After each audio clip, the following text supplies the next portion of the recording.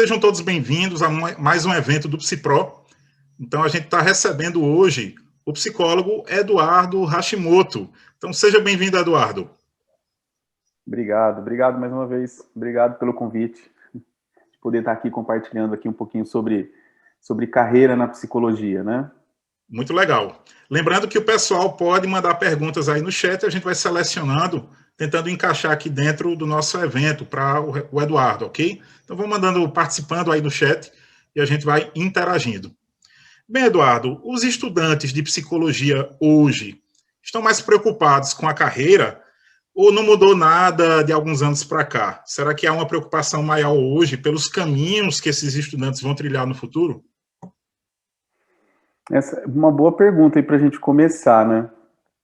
Sabe, quando você faz essa pergunta, eu penso na minha época também, né? Eu me formei em 2008, eu terminei a graduação. E quando eu olho, a partir de 2011, 3 anos depois, eu acompanhei várias turmas de psicologia, porque eu sou professor também. Então, acho que essa pergunta eu posso tanto responder da perspectiva de aluno que eu fui, e da turma que eu tive contato durante os meus 5 anos de curso, como também, aí já são quase 7 anos acompanhando aí diversas turmas de psicologia. E eu diria que não, que infelizmente não mudou muita coisa em relação a essa preocupação, se os alunos hoje estão mais preocupados com a carreira do que antes, né? Eu diria que não, mas não é algo talvez específico, Adilson, da psicologia, vamos dizer assim. A gente pode pensar, mas o aluno de psicologia não está tão preocupado?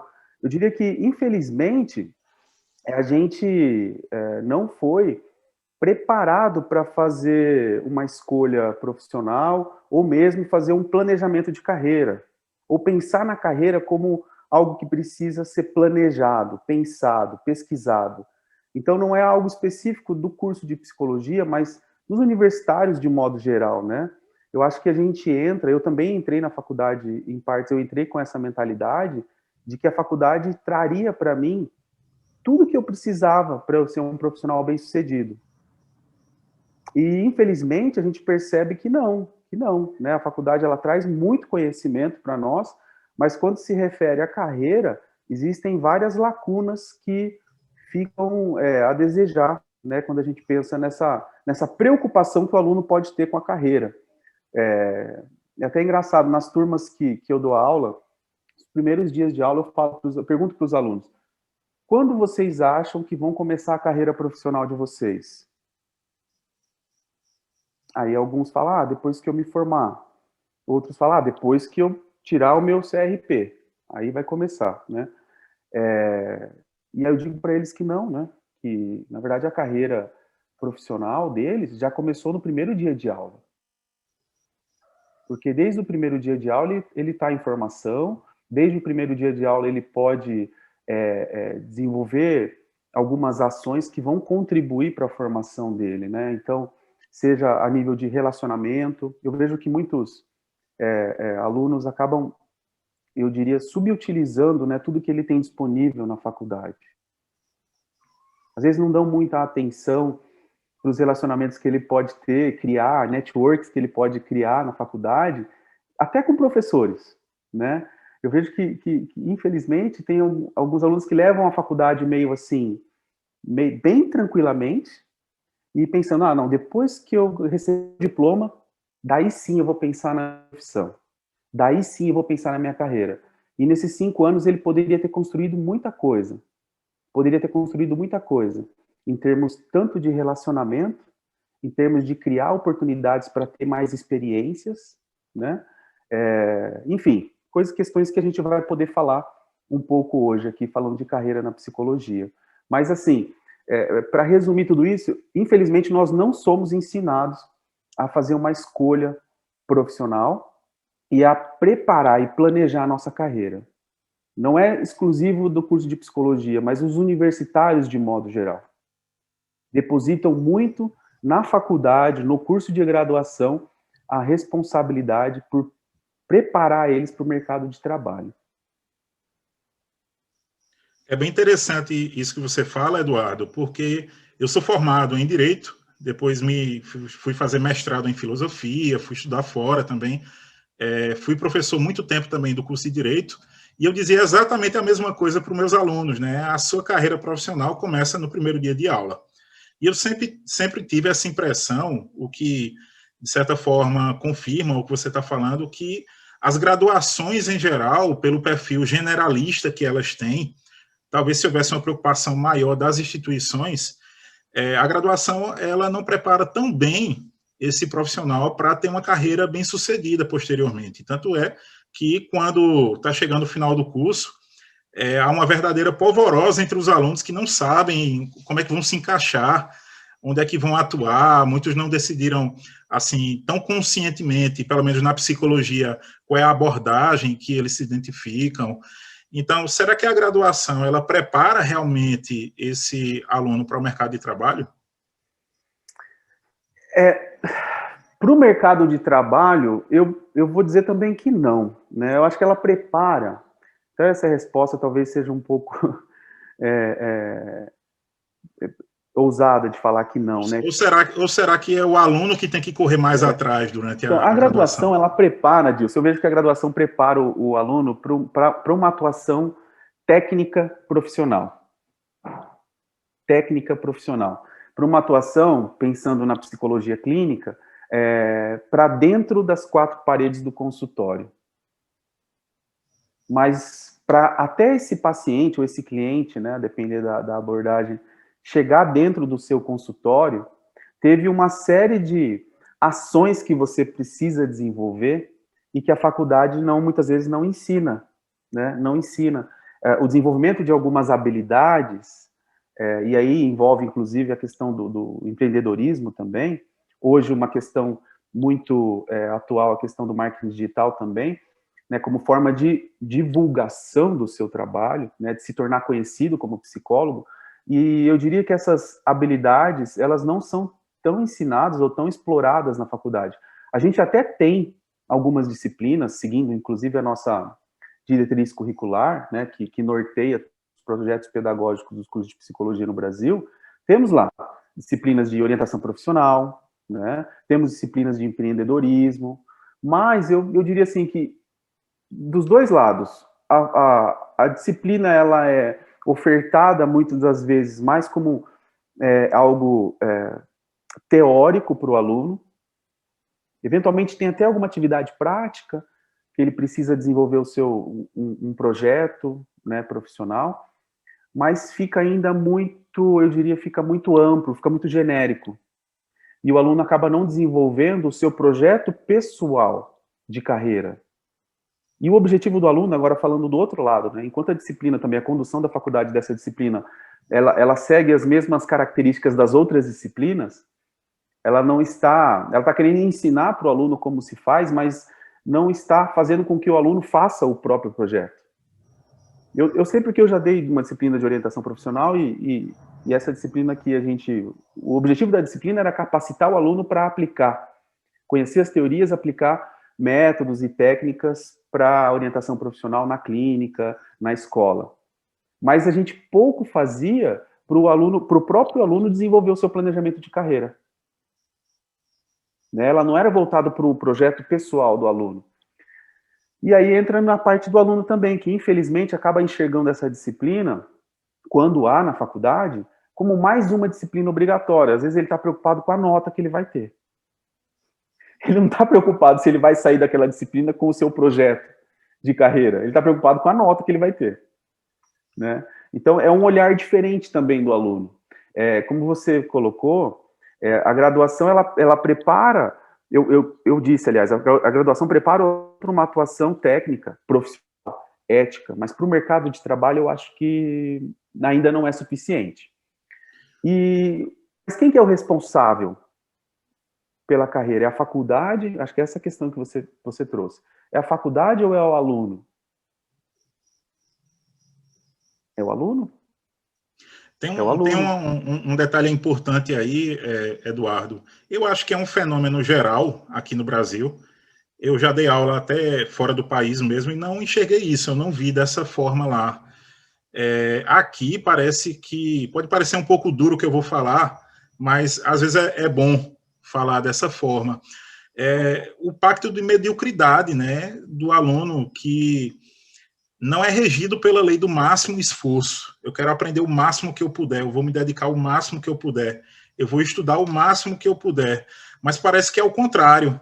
Né? Eu vou dedicar a menor quantidade de tempo aos estudos, eu quero ter a maior nota possível naquela disciplina.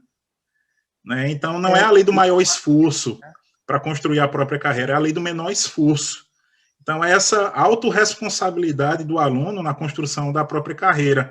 Então, acho que, de certa forma, isso vem do colégio, né? De certa forma, é uma cultura que vem de antes, que termina sendo incorporada na graduação e é muito, mas muito prejudicial para a carreira futura desse estudante. Eu costumo dizer, Edilson, que tem três coisas fundamentais para a carreira e que nós não somos ensinados. 3 questões fundamentais. Nós não somos ensinados a gostar de trabalhar. Infelizmente, eu digo gostar de trabalhar, é ter uma ocupação que você goste. Se você perguntar para a maioria das pessoas, não para quem está aqui, talvez, né, mas assim, que está procurando, que tem essa sede por desenvolver sua própria carreira, crescer, acelerar sua carreira, mas se você perguntar para muitas pessoas o que você faria, é uma pergunta que eu faço em orientação profissional, justamente para instigar assim, o motivo da escolha profissional, né? O que você faria se você ganhasse na Mega Sena? Vamos imaginar que você ganhasse, sei lá, 100 milhões de reais. O que você faria? Tem gente que rasgaria o diploma. Tem gente que fala, não, pelo amor de Deus, eu escolhi a psicologia, mas se eu tivesse dinheiro, talvez eu nem queria trabalhar. Eu nem trabalharia, né? E a maioria das pessoas carrega, talvez, essa imagem de que trabalho é algo ruim. Trabalho é algo obrigatório, é algo necessário, mas é ruim. Se eu pudesse, eu não trabalharia. Né? Então, a gente não foi ensinado, na nossa cultura, a gostar, por exemplo, de uma ocupação. Tá, se eu fosse milionário, talvez eu não trabalhasse 40 horas na semana, trabalhasse 10, 12, mas ainda assim eu trabalharia. Trabalharia em psicologia, inclusive. Né? Então, assim, talvez outras formas de atuar. Outras formas de atuar, com mais recursos, outras formas de atuar, mas ainda assim trabalharia na psicologia. Talvez, em vez de ter feito um mestrado aqui em Londrina, que é uma cidade próxima, talvez eu teria feito em Paris, não sei, mas ainda assim com a psicologia. E eu vejo que tem muitas pessoas que acabam escolhendo uma profissão, isso não é demérito só da psicologia, acabam escolhendo mais por uma necessidade, né? Acabam escolhendo mais assim, como se fosse uma roleta russa, sabe? Eu vou escolher essa porque meus pais não vão achar ruim. Eu vou escolher essa porque a faculdade é perto de casa. Eu vou escolher essa porque não preciso ler. Eu já escutei esse tipo de coisa, né? Eu vou escolher essa porque assim, eu queria direito, mas direito tem que ler muito. Então eu vou para psicologia, né? Então, assim, os motivos, a gente efetivamente não foi ensinado a fazer uma escolha profissional. Que critérios, né? Esse talvez seja o segundo ponto aí que a gente não foi ensinado. Qual critério que eu devo escolher, que eu devo utilizar para fazer uma escolha profissional de um curso, por exemplo, de um curso superior? Qual critério que eu devo utilizar para escolher uma área de atuação dentro da psicologia? Numa época que tanto se fala, você vem acompanhando isso também, que tanto se fala sobre você precisa ter um nicho. Você precisa ter um nicho para atuar na psicologia. Você precisa ter um público-alvo. Você precisa definir sua persona.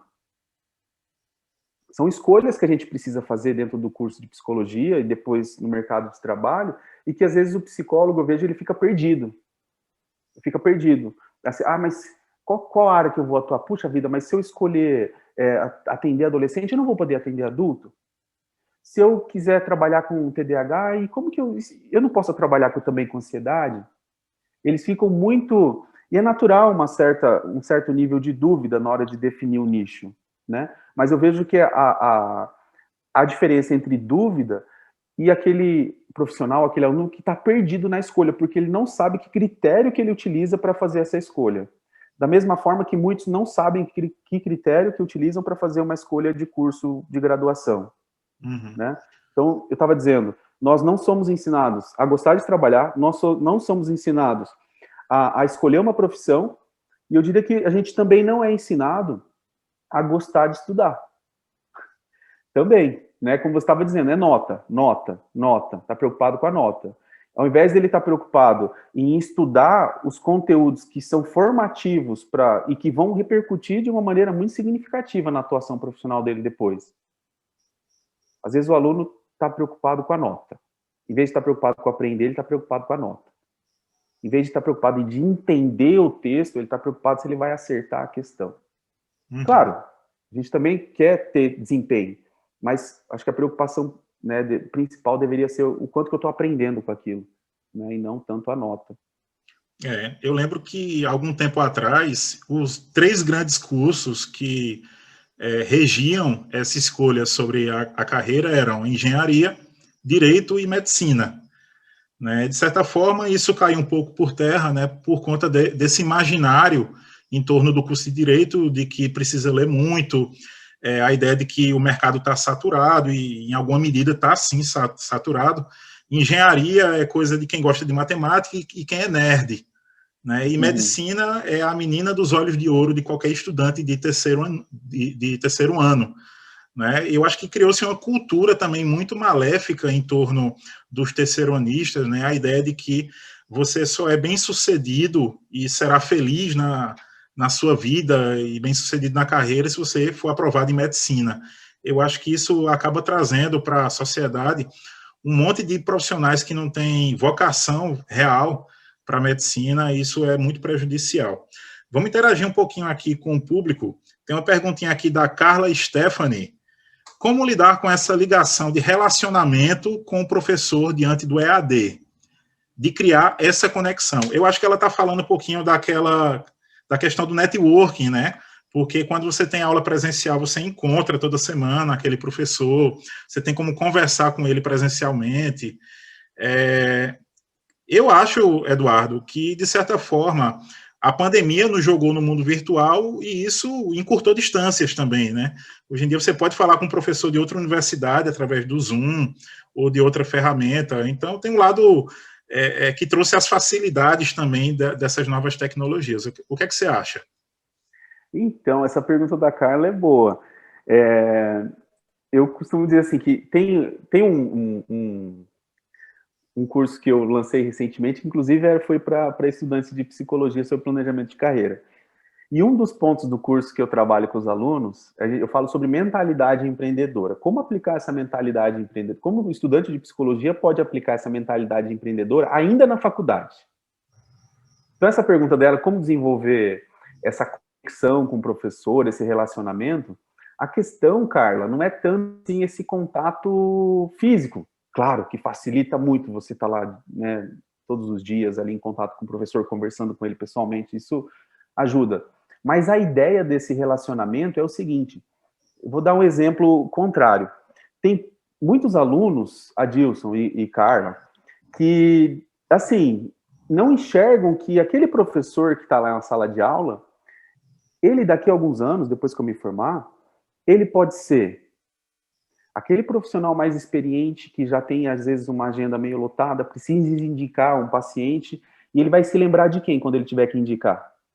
Ele vai se lembrar daqueles alunos que estavam mais interessados, participativos, proativos na hora que tinha um projeto de extensão, um projeto de iniciação científica, um projeto de pesquisa.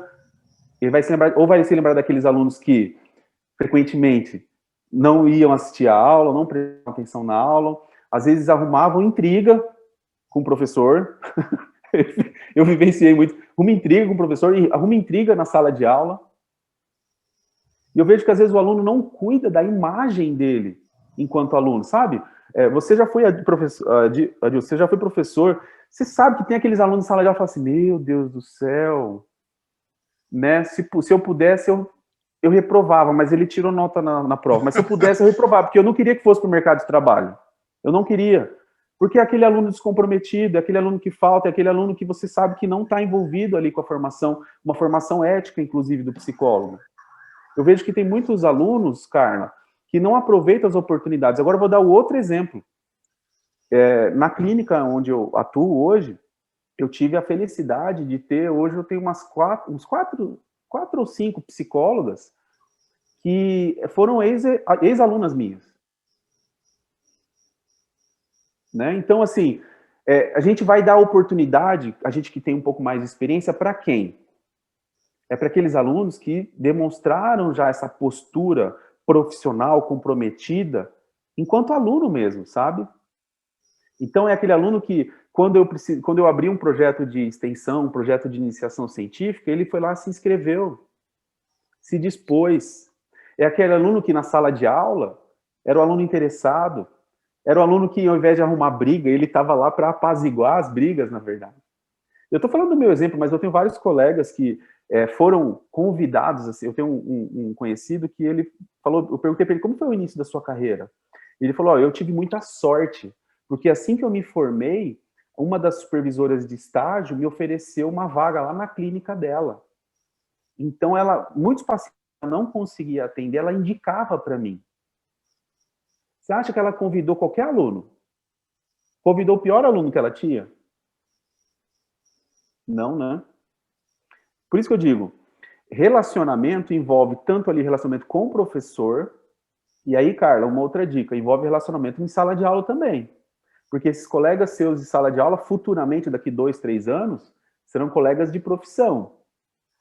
Então, a depender do relacionamento que você tem, você deve já perceber isso, né, Carla, na sua sala, de repente aquele, poxa vida, não me traz uma boa, não me causa uma boa impressão. Se eu tiver que indicar, eu não indicaria para aquele profissional. Então, qual a imagem que eu estou construindo também, qual o relacionamento que eu estou construindo com os meus colegas de sala? Com professores, com colegas de sala, com os lugares onde eu vou realizar os estágios. Quantos alunos eu tenho que foram efetivados depois que se formaram devido a um estágio? Começou como estagiário, mas fez um excelente trabalho. Criou relacionamento lá. E quando surgiu a oportunidade, foi efetivado na mesma empresa onde estava fazendo estágio. Mas tudo isso foi construído aonde? Durante a graduação. Não foi depois. Só depois que eu tiver o diploma que eu vou me preocupar com essas coisas. Não, foi construído antes. Uhum. Pessoal, deixa eu dar um recadinho aqui para vocês. Nós estamos promovendo no final do mês agora, na última semana, o primeiro Congresso Nacional de Hipnoterapia. Então vai ser um congresso inovador, promovido pelo PsiPro, e a gente tinha uma taxinha de inscrição, e aí como várias pessoas da área mandaram mensagem para a gente, dizendo, olha, por conta da pandemia, está um pouco difícil, então a gente resolveu tirar a taxa e a gente vai abrir gratuitamente o evento que vai ser realizado no fim do mês, certo? Então fiquem de olho lá no perfil do PsiPro. Amanhã vai estar lá abertas as inscrições gratuitamente para todos, então todo mundo vai poder participar no final do mês, na última semana, do primeiro Congresso Nacional de Hipnoterapia. Já convido também o Eduardo Hashimoto também para se inscrever no congresso e participar com a gente, certo? Bacana, obrigado. Tem uma pergunta que eu queria te fazer aqui, e eu vou fazer em homenagem a Cassiele Rita, a Cassiele que é piloto de avião, Eduardo. Uau! Mas ela também é assistente social, psicóloga, neuropsicóloga e é de Campestre de Goiás, lá em Goiás, né? Que é o seguinte, Eduardo, em homenagem a Cassiele, porque ela tem várias graduações, então se deparou com essa realidade que eu vou lhe perguntar agora, né? Quais são os maiores desafios de uma pessoa que é recém-formada em psicologia? Boa pergunta também. Eu vejo que de modo geral, eu diria assim, desenvolver habilidades que não foram ensinadas na faculdade. Esse é o maior desafio. Depois eu pegar um conhecimento, um conteúdo que eu já tive contato na faculdade, uma técnica que eu já tive contato na faculdade, aplicar ela e através da aplicação, adquirir essa competência, né? Desenvolver realmente essa habilidade. Agora, essas habilidades que nem foram ensinadas na faculdade, que às vezes a gente nem viu na faculdade, eu diria que é o maior desafio. E, de modo geral, eu costumo dizer que existe uma defasagem entre aquilo que nós aprendemos. Pessoal, isso não é específico só do curso de psicologia, tá? Em outros cursos de graduação isso acontece também. Mas existe uma defasagem entre aquilo que você está aprendendo hoje na faculdade e aquilo que vai ser exigido de você daqui 1, 2, 3 anos, quando você se formar. Existe uma defasagem. Por exemplo, a matriz do curso de psicologia era para ela ter sofrido esse ano uma atualização das novas diretrizes curriculares. Não teve. Mas ela já está há alguns anos, desatualizada. Então, é como se a gente estivesse preparando, com base no conhecimento de ontem, o aluno para lidar com questões do futuro, que nem aconteceram ainda. Então, existe uma defasagem. Hoje, Adilson, acho que a questão é um pouco mais... talvez essa necessidade de desenvolver habilidade, ela é um pouco mais gritante, porque 99% das faculdades não estavam preparadas, a formação do psicólogo no Brasil não estava preparada, ela não estava planejada, ou melhor, para capacitar esses futuros psicólogos para as demandas que nós temos hoje, principalmente no que se refere ao online. Né? Então, por exemplo, a partir do ano passado, desde o ano passado, aliás, os alunos que se formaram na turma do ano passado, que vão se formar esse ano, provavelmente tiveram pouquíssimo contato com qualquer teoria, com qualquer técnica para atender as demandas, principalmente no que se refere ao trabalho online. Uhum. Não tiveram disciplinas que vieram acompanhando eles desde o começo do curso, capacitando eles para esse trabalho online. Seja no aspecto técnico aqui mesmo, de poder, por exemplo, realizar um estágio de atendimento online. Pouquíssimos alunos tiveram essa oportunidade, inclusive estão tendo essa oportunidade, pouquíssimos. E sendo que já é uma demanda existente, o atendimento online. Eu digo atendimento, supervisão, como se posicionar nesse novo mercado, porque hoje, eu lembro que na minha época era cartão de visita, hoje não tem mais cartão de visita, você não faz mais cartão de visita, você faz seu Instagram. Seu cartão de visita é o seu Instagram hoje. Você pode até ter o papelzinho lá, o cartãozinho, mas hoje se alguém procura o seu serviço, quer conhecer mais, ele vai acessar o seu Instagram. Então quem foi preparado, eu não fui, claro, naturalmente, de 2008, não tive essa capacitação, essa formação, mas infelizmente os alunos que estão se formando agora, os recém-formados, estão lidando com essa necessidade de atualização que eles não tiveram nenhuma base na faculdade. Uhum. Eduardo, será que tem espaço para todo mundo? Será que o mercado tá saturado já? Eu estava dando uma olhadinha no perfil do Psipro no Instagram e a gente já tem mais ou menos 5.000 psicólogos seguindo o perfil da gente lá no Instagram. Inclusive, quem não seguir aí, estiver participando, vá lá e siga a gente, olha. Deixa eu colocar aqui no chat. É o @psi.pro. Então, siga lá para se juntar aos 5.000, certo? Mas isso me despertou a atenção para o seguinte fenômeno. Será que é muita gente? Tem espaço para todo mundo? Ou será que são as habilidades que cada um desenvolve que vão dar a oportunidade que o profissional precisa? Eu não acho que a psicologia o mercado de trabalho na psicologia vai ficar saturado. Não acho mesmo. Eu vou contar uma história. Eu lembro que quando eu abri a primeira clínica, foi em 2011 para 2012. Eu lembro que tinha alguns pacientes ainda que, quando eles chegavam para entrar na clínica, era uma casa de esquina, e aí eles chegavam, assim, tinha alguns que olhavam, assim, para os dois lados da rua para ver se não tinha nenhum conhecido passando. Apucarana é uma cidade pequena. Se não tinha nenhum conhecido passando, e entrava rapidinho na clínica, para ninguém ver que ele estava entrando numa clínica de psicologia. E tinha vergonha. E aí ele dizia assim, que mas as pessoas às vezes não entendem, as pessoas vão achar que eu estou com problemas, as pessoas vão achar que eu sou louco, né? E esse preconceito acompanhou bastante tempo, ainda existe, mas eu vejo que cada vez menos. Hoje eu vejo mais uma valorização, inclusive, do nosso trabalho. Uma valorização, um reconhecimento das diversas formas que a gente pode atuar, que antes nem existia. Então, se a gente for pegar, mesmo no âmbito público, por exemplo, na área da assistência social, a quantidade de psicólogos hoje atuando em CRAS, CREAS, conforme a política pública ali mesmo, da necessidade, é obrigatório, antes não existia isso. Aqui na cidade onde eu moro, por exemplo, recentemente foi instituído que em toda UBS, toda unidade básica de saúde, tenha um psicólogo. Isso eu achei fantástico, fantástico.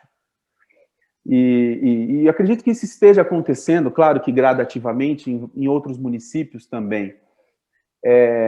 Recentemente, nós tivemos também aquele projeto de lei que foi, inclusive, aprovado, da presença do psicólogo e do assistente social nas escolas. Nossa, esse é um avanço tremendo. Demorou, eu sei que demorou, a necessidade de ter um psicólogo na escola já era antiga, mas é um novo campo de trabalho, é um novo espaço de trabalho para o psicólogo. E principalmente, eu vejo assim, na área clínica, né, tem expandido muito. Existem tantos nichos hoje de atuação da psicologia na área clínica, cada vez mais especialidades vão surgindo. E aquele preconceito que eu via antes, em relação ao trabalho do psicólogo, loucura e tudo mais, eu vejo pelo contrário, né? Cada vez mais as pessoas encontrando no nosso trabalho, né, formas de melhorar sua qualidade de vida, sua saúde mental, sem necessariamente estar doente, né? Eu acho que essa visão de doença, eu quero dizer. Então, eu não vejo no curto prazo, nem no médio prazo, essa saturação. Só que vai exigir da gente, né, Adilson? Uhum. Essa capacidade de expandir, eu diria de ampliar. Tem muita gente precisando do nosso serviço, do nosso trabalho, mas não sabe ainda. Porque a psicologia, de uns anos para cá, que ela aprendeu a se comunicar com o público dela. Eu vou ser até um pouco provocativo. A psicologia, ela aprendeu a se comunicar, eu diria, mais ativamente com esse público, depois que outras técnicas e outras terapias vieram e começaram entre aspas, tomar aquele cliente que seria potencial da psicologia, somente coach, né, outros profissionais, não tenho nada contra, inclusive eu tenho formação em coach também, mas eu digo, aí a psicologia começou a acordar, falou, opa, esse paciente, esse cliente era cliente da psicologia, por que existe uma outra terapia atendendo ali? Aí eu vi que a gente começou a se movimentar mais de uma forma ativa para poder ampliar o nosso serviço e se comunicar com essas pessoas que estão precisando do nosso trabalho. Bom, pelo menos essa é a minha visão, né? É verdade, eu concordo. Olha o que a Eliana Cristina está dizendo aqui no chat. Hoje, a psicologia está mais próxima da população, mas ainda muito longe da necessidade. Acredito que a Eliana Cristina está falando uma verdade aí para a gente, né? Sim. Eduardo, vamos imaginar a seguinte situação, até porque tem muitos estudantes de psicologia participando hoje aqui. Eu estou no terceiro ano, passei no vestibular, fiz um Enem, entrei em uma universidade ou numa faculdade privada para cursar psicologia e eu estou completamente perdido. São matérias totalmente novas que eu nunca tinha visto no colégio, colegas novos, um ambiente diferente do que eu estou acostumado. Então, é muita coisa nova acontecendo. Mas, digamos assim, que eu tenha uma fagulha de consciência e pare e pense assim, quais são as habilidades que eu preciso desenvolver ao longo aí dos 5 anos de graduação, para que quando eu termine, lá no final, eu seja um profissional bem-sucedido. Quais são essas habilidades que eu, como estudante de psicologia, eu preciso desenvolver ao longo da graduação? E se eu não desenvolver ao longo da graduação, que eu preciso desenvolver no pós-graduação, né? No que vem depois. Certo, ótimo. Essa é uma boa pergunta também. Eu costumo dizer assim, ó, que vamos olhar de duas perspectivas. Uma é quando o aluno ele já tem clareza de qual área que ele pretende atuar. Ele já tem uma clareza. Eu sou apaixonado, eu sou interessado, eu quero me especializar numa determinada área da psicologia. Psicologia jurídica, psicologia organizacional, psicologia escolar, são diversas, né? A gente tem, segundo o nosso CFP, a gente tem mais de 13 especialidades aí que a gente pode, né, atuar. Para cada especialidade, vai ter, naturalmente, uma demanda de habilidades que são específicas. Então, por exemplo, se eu pensar no psicólogo organizacional, o contexto organizacional, o trabalho do psicólogo organizacional, ele carrega algumas características. Talvez o psicólogo organizacional ele precise, por exemplo, de um nível de habilidade relacionado à comunicação, a falar em público, ou a negociação, ou uma visão mais de gestão, questões que são específicas da atuação do psicólogo organizacional, diferente talvez do psicólogo que vai atuar na área escolar, que ele precisa ter uma capacidade de mediação de conflitos, porque ele lida com o pai, lida com o professor, lida com o aluno, é uma outra habilidade que é mais exigida. Então, quando o estudante ou o profissional de psicologia tem mais clareza da sua área que ele pretende atuar, desse nicho que ele pretende atuar, ele acaba identificando quais são essas habilidades específicas daquela área. Tá. Mas existe, então, vamos falar, então, desse aluno, talvez que não tenha essa área de atuação. E mesmo que ele tenha, existe alguma habilidade que é importante, talvez, para todas as áreas, ou para todo aluno, estudante de psicologia? No meu ponto de vista, na minha forma de trabalhar, de orientar, eu digo que tem o que eu chamo de mentalidade empreendedora, que é caracterizado por dois aspectos. Essa que a gente já falou, que é a busca é o desenvolvimento, na verdade, de relacionamentos e parcerias, independente da área onde você vai atuar, desenvolver networking, parceria, seja com profissionais, seja com professores, com pessoas que já atuam naquela área que você pretende atuar, que você pode fazer troca e pode gerar muita oportunidade de aprendizado para você, buscar esse tipo de relacionamento, eu diria que é uma atitude constante de quem quer acelerar a sua carreira. Uma outra atitude que eu acho que é extremamente importante, falando ainda dessa mentalidade empreendedora, Adilson, é a busca por experiência. Eu chamo de busca ativa por experiência. Como assim, busca ativa por experiência? Eu vejo que nós, de alguma maneira, a gente é colocado na nossa cabeça que tudo aquilo que a gente precisa, a faculdade vai ensinar. E isso é mentira. Isso é mentira. Nem tudo que você precisa, a faculdade vai ensinar, porque ela tem o projeto pedagógico dela que talvez não contemple os seus interesses pessoais na psicologia. Por exemplo, se eu optasse na minha graduação pela área da psicologia jurídica, por exemplo, eu estaria frito, porque eu tive uma disciplina, não tive nenhum estágio, nenhum projeto de iniciação científica, nada. Se eu quisesse ingressar nessa área, eu teria que começar do zero depois de formado. Não era meu interesse. Então, assim, nem que eu preciso, a faculdade vai me ensinar. E de que forma que eu posso buscar ter, na verdade, desenvolver essas habilidades? Eu costumo dizer que é tendo uma busca ativa por experiências. Então, assim, se eu já tenho interesse pela psicologia jurídica, eu estou no segundo, terceiro ano, por que eu não visito lá o fórum da cidade? Para conversar com a psicóloga que trabalha lá, para conhecer um pouco, fazer uma entrevista com ela, perguntar como que é o trabalho dentro do âmbito jurídico, perguntar para ela se existe algum tipo de curso que eu poderia fazer para fazer uma introdução nessa área, verificar com ela se, de repente, como voluntário, ela não abriria uma oportunidade para mim, só para observar, acompanhar, eventualmente, talvez até ajudar se ela precisasse. Essa busca ativa de experiência, a faculdade não vai proporcionar para você, é você que tem que ir atrás. E eu falo isso, Adilson, porque eu tive essa oportunidade. Quando eu entrei na faculdade de psicologia, uma das áreas que eu tinha muito interesse era psicologia hospitalar. Porque, assim, eu era meio... Rapaz, para o psicólogo atuar no hospital, pelo menos no hospital que eu fiz estágio, a gente usava jaleco. Uhum. Aí eu andava pelos corredores do hospital, eu lembro que as pessoas me confundiam, falavam assim, doutor.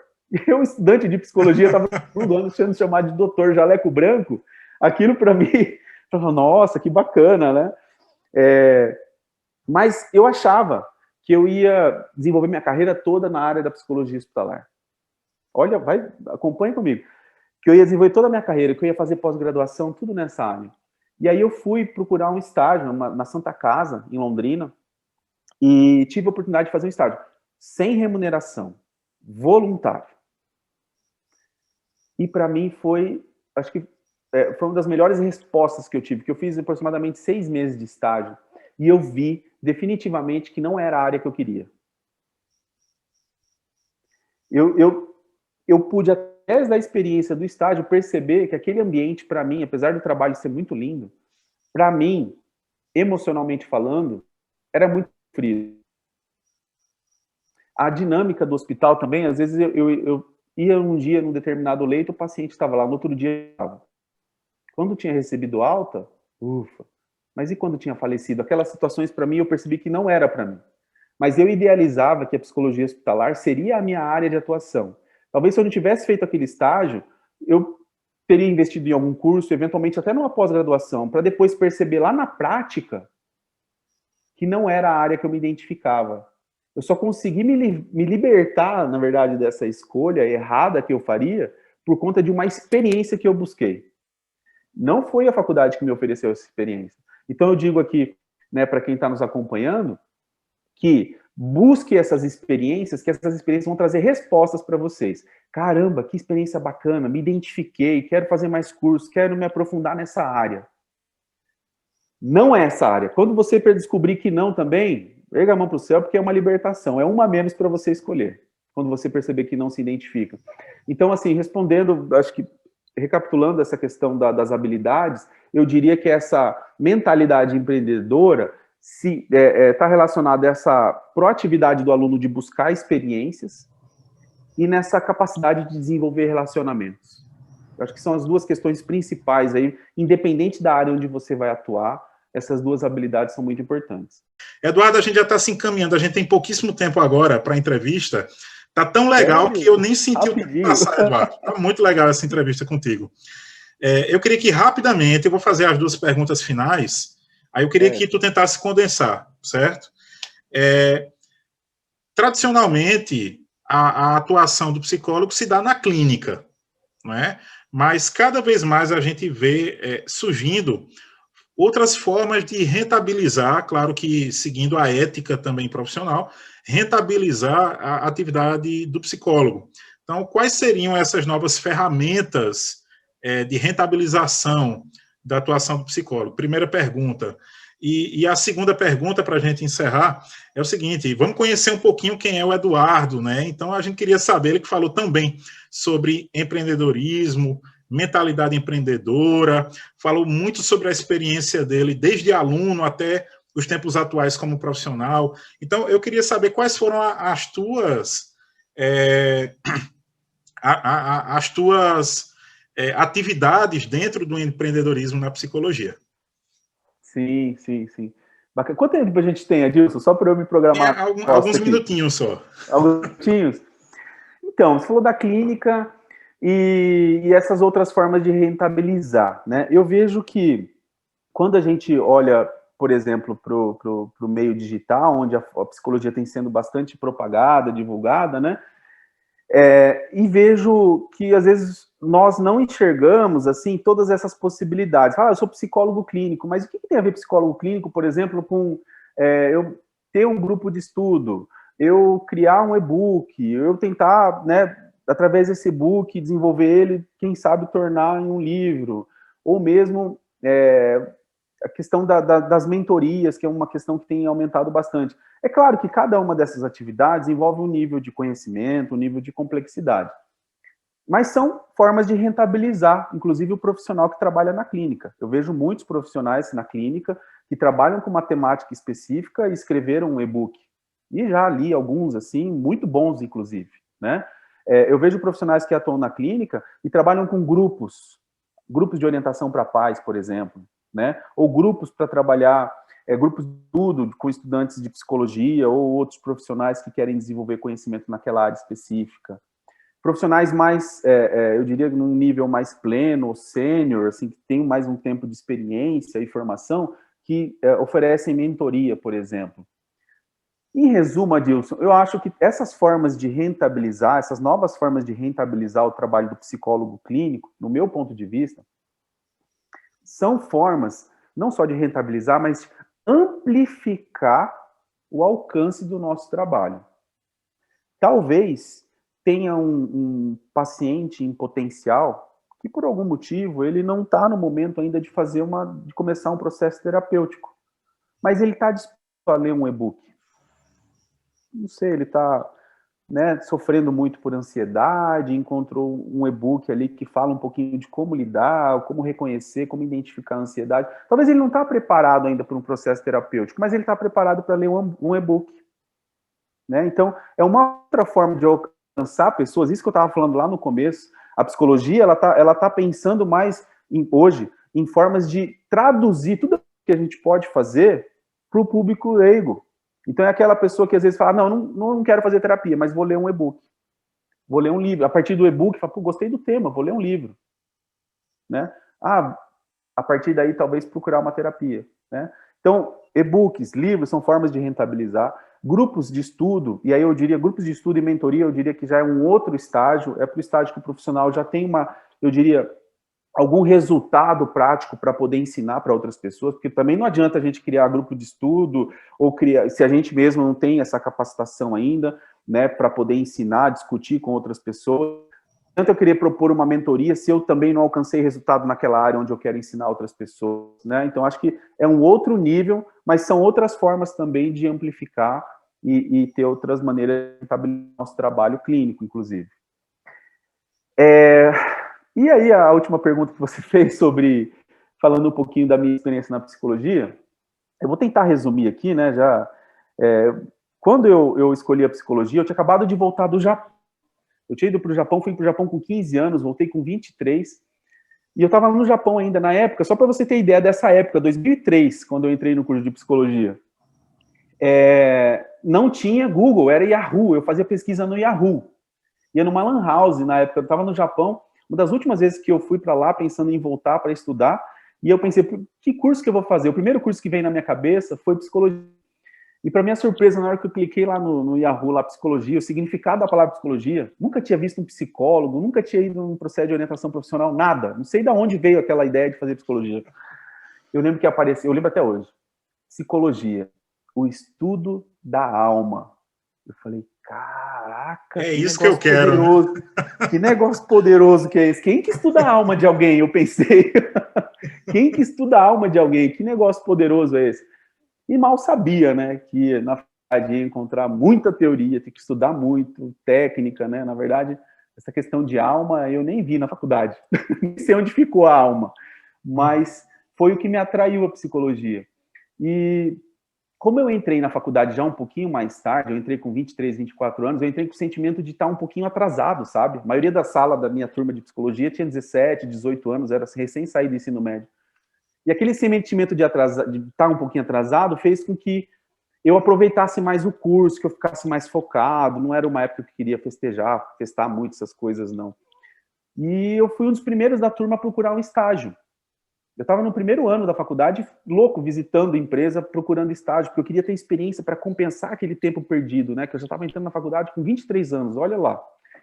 Hoje eu tenho alunos que já estão com 40, 50 anos e estão fazendo a faculdade, mas eu, naquela época, achei que eu estava atrasado.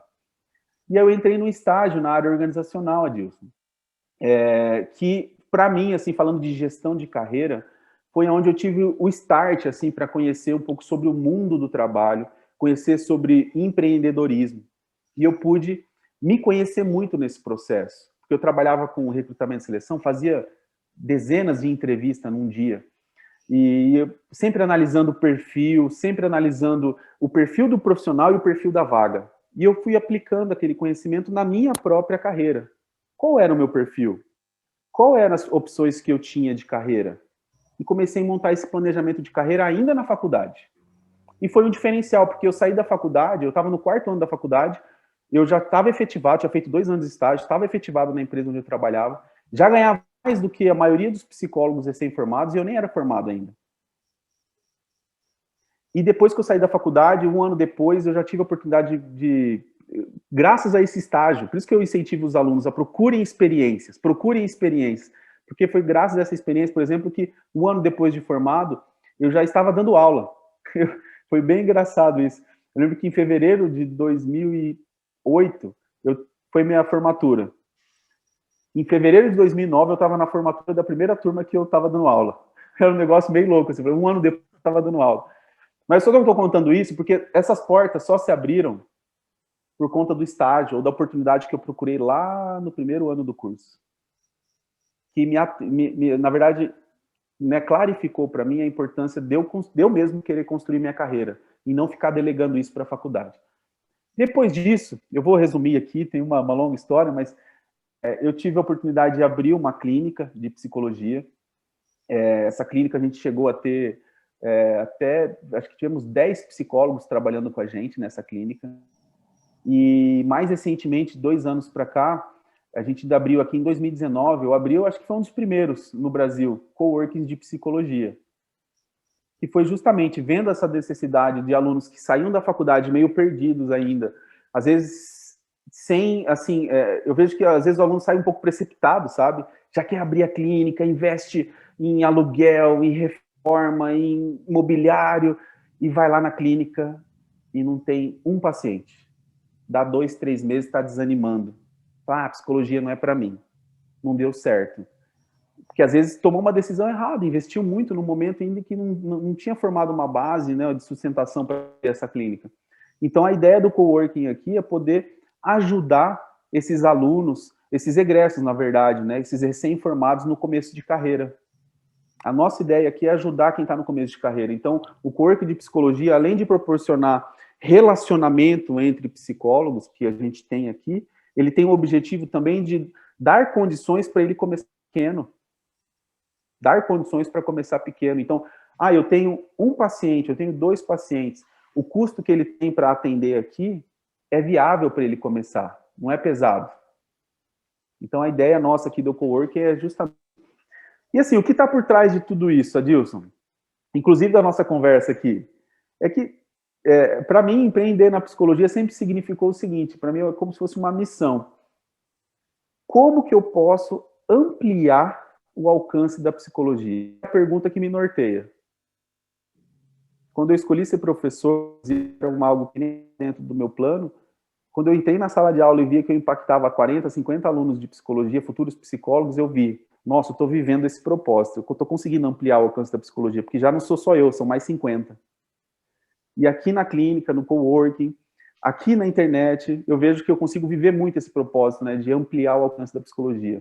Porque quanto mais pessoas aqui da nossa live conseguirem empreender na psicologia, conseguirem acelerar sua carreira, eu vejo que mais eu estou conseguindo viver esse propósito de ampliar o alcance da psicologia. Tem muita gente precisando, Adilson? Tem muita gente precisando. Uhum. Muito legal, Eduardo. Eduardo, vamos deixar teu Instagram aqui no chat para quem quiser entrar em contato contigo. Como é que eu coloco aqui? É @carreirapsi. Carreirapsi, muito fácil. Carreirapsi, @carreirapsi. Acessa lá o Instagram. Tem alguns vídeos que eu gravei mais recente, tem uma live também mais recente, algumas lives que eu fiz mais recentemente falando sobre carreira também. E no final do mês, a gente vai abrir uma nova turma de um curso sobre carreira na psicologia, para psicólogos e estudantes de psicologia. Acompanhem lá que a gente vai ter a oportunidade de abrir uma outra turma para falar sobre isso. Muito legal. Então, pessoal, queria agradecer a cada participante aqui que mandou mensagens, que também não mandou mensagem no chat, mas que está com a gente essa noite aqui, para falar desse tema tão importante que é a carreira na psicologia. Um agradecimento especial ao nosso entrevistado de hoje, o Eduardo Hashimoto. Então, muito obrigado, Eduardo. Foi muito bom contar com a sua presença aqui hoje. Com certeza foi uma das melhores entrevistas que nós fizemos aqui no PsiPro. Bacana. Lembrando que a gente vai postar essa entrevista no nosso canal do YouTube. Então siga lá, marque o sininho para receber as notificações do canal do PsiPro no YouTube. E a gente vai postar também no IGTV lá do Instagram. Então muito obrigado, Eduardo. Muito obrigado a todos os participantes. Foi uma noite muito rica para todos nós. Então fiquem de olho nos próximos eventos do PsiPro. Até a próxima. Tchau, tchau. Até a próxima. Obrigado. Tchau, tchau, pessoal.